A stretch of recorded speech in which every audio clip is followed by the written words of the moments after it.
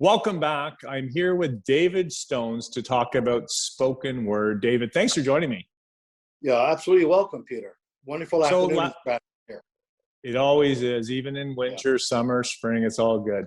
yeah. David, a question for you. You have a new collection. What is it called, and what's the background on it? The new connection, or the new collection, sorry, is called Sfumato, and Sfumato, Sfumato. I have it right here actually. Can hold that up, perhaps. Sfumato is a painting technique that was invented by Leonardo da Vinci. Straight rough translation from the Italian is smoke-like, and the painting technique was used by Leonardo specifically to capture the interplay of light and shadow in the portrayal of flesh and fabric. And it would be most famously displayed on the cheeks of the Mona Lisa. So how does that connect with poetry? Well, a review of my collection recently said that Stone's real strength is capturing the haze or the sfumato-like haze between the head and the heart. So it has been said that my words are a sfumato-like literary weave of the head and the heart kind of a thing. And I think there's always the blending of image and simile, metaphor, and blending them together in this kind of blur of words, if you will. But if you look closely enough, you will find the real kernels of meaning in what I've written, in the same way that you would looking at a painting. One of the things that I love, we'll talk about a couple of them. I love the bird feeder with the new car smell. What came Yeah. around on that one? Right outside this window in my study here in Stratford is a bird feeder, and it's a new bird feeder. And when we installed it, the birds would not come to it, which is what happens obviously quite often with bird feeders.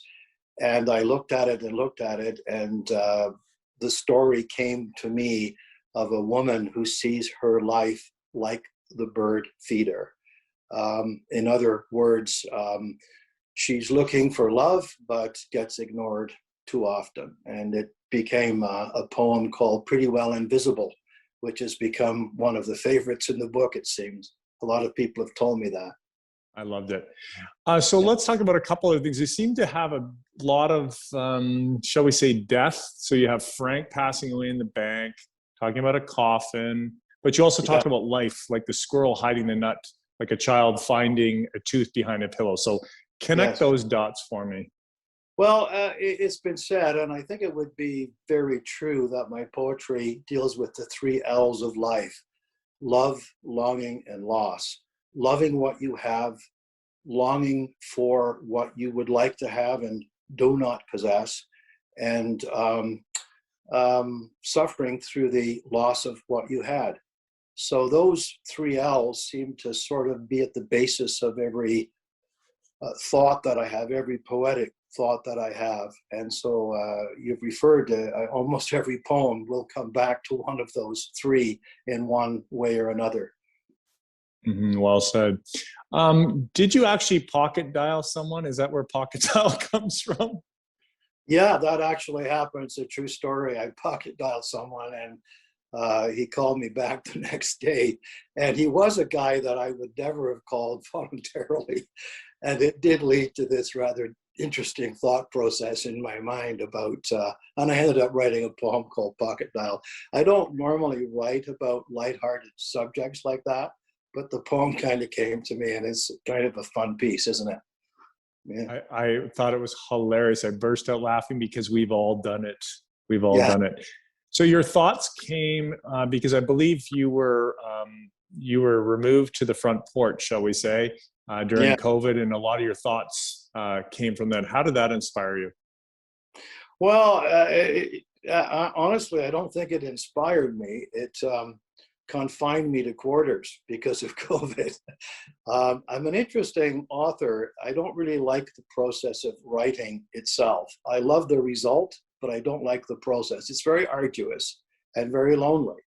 But COVID instructs the mind. So I was confined to the porch here. and decided to write the book on the porch.